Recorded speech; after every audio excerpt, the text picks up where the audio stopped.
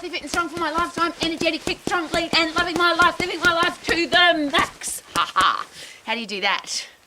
And if you're not getting the results you want from your exercise program, so you're not, the 4 questions I always ask, are you performing at your best? Do you have a stack of energy? Do you love what you see in the mirror? And are you getting the results that you want? If the answer's no, what's the challenge? What do you need to change? What needs to be different?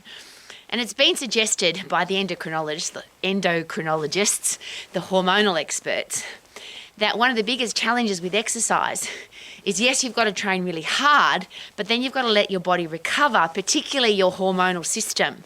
So when you work at 100% effort, when you lift heavy, when you get puffed, when you work really hard at intensity, your endocrine system has to work really hard, your hormones, and your central nervous system has to work really hard. So they have to recover. And if they don't recover, you feel tired, you feel lethargic, you can't be bothered.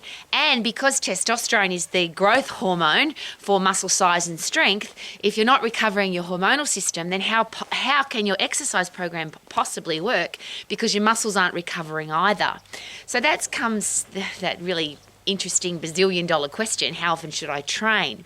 And that's why I always get perplexed when people talk about, I want to get results from my exercise program, but I'm going to the gym 3 days a week, 5 days a week, 7 days a week. When does my hormonal system and central nervous system get to recover?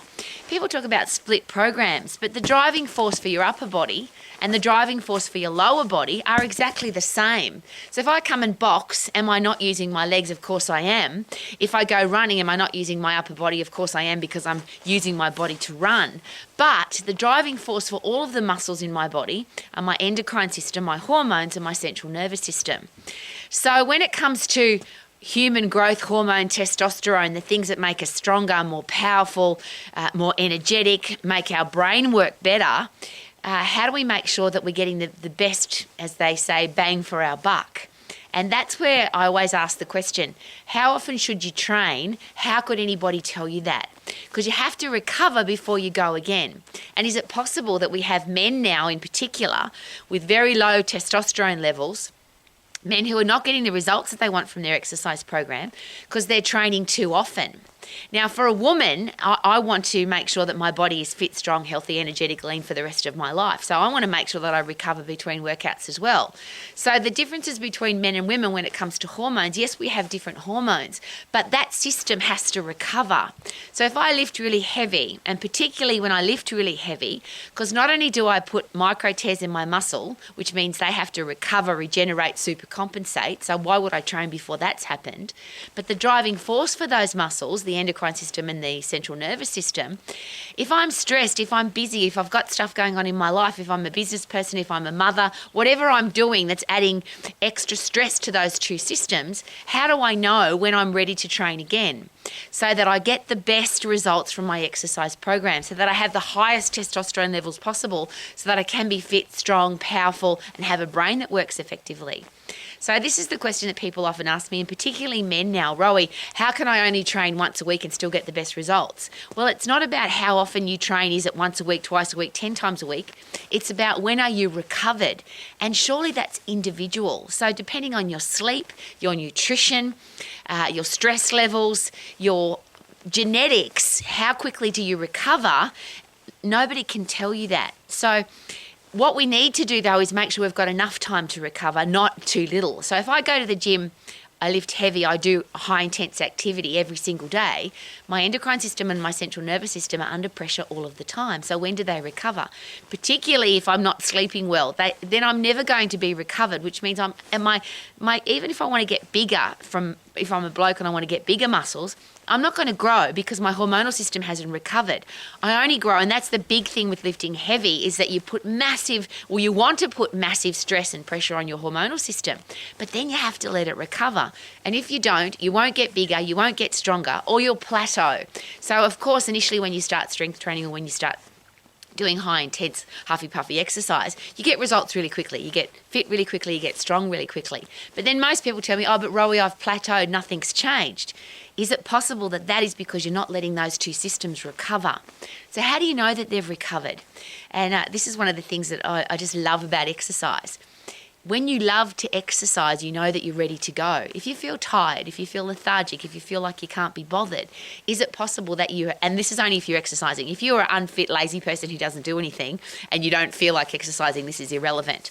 But if you are a person who exercises regularly, you lift heavy, you get puffed, you work hard, and you're not getting the results that you want, is it possible that you're not giving those systems time enough to recover? So I'll often go to lift something heavy and I can't lift it as many times as I did last time, which means I haven't super compensated. I'm not stronger than last time. So I give it a miss for today and I come back tomorrow. I'm not this person, and I hope that you aren't either, the person that says, oh, well, a social media expert told me I have to go to the gym 3 days a week or 5 days a week, or I have to do this periodization program. There we go. I got it out almost. How about let your body recover? Listen to your own body. If your muscles are sore, if they're tired, obviously you wouldn't train. But you can't feel that your central nervous system or your endocrine system is tired. So only exercise when you are wanting to, when you're excited about it, when you're ready. You sleep well, you eat well, you're not under stress, and then you can work at 100% effort. Because there's the great question: how can I get 100% best result if I don't put in 100% effort? And how can I put in 100% effort if I'm not fully recovered? So give your body time to recover. A great coach shared with me very passionately at an elite athletes conference at one time, Rowie, you can't overtrain an athlete, you can only under-recover them. You can't train somebody too hard, you can only give them not enough time to recover. So if you're not getting the results that you want, if you want high testosterone levels, if you want a hormonal system that works really well, and as a woman, of course, that's incredibly important. I want to be in control of my hormones, not the other way around. So I don't want my endocrine system to be tired. I'm going to train really hard, give my body time to recover, and then go and train again. Not train, because then I'm just breaking my body down. You hear about the difference between anabolic and catabolic. Anabolic is growth, and catabolic is getting smaller, getting weaker. If you are in a catabolic state, so you haven't recovered from your workout, there's no possible way that you can be anabolic, that you can grow. So you've got to recover.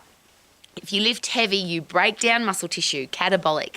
So you've got to recover, regenerate, supercompensate, and then go again.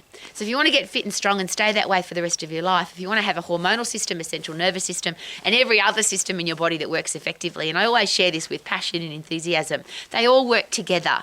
If you want a strong, happy brain, that's your central nervous system working with your hormonal system, which then fires up the skeletal and muscular system, works your digestive system effectively, so all the food that you eat gets used effectively. Your immune system works really well because your immune system is built inside your bones. Everything works together to make sure that you can actually live your life to the max. Super duper doo, how are you? Living my life to the max. Check it out. Woohoo!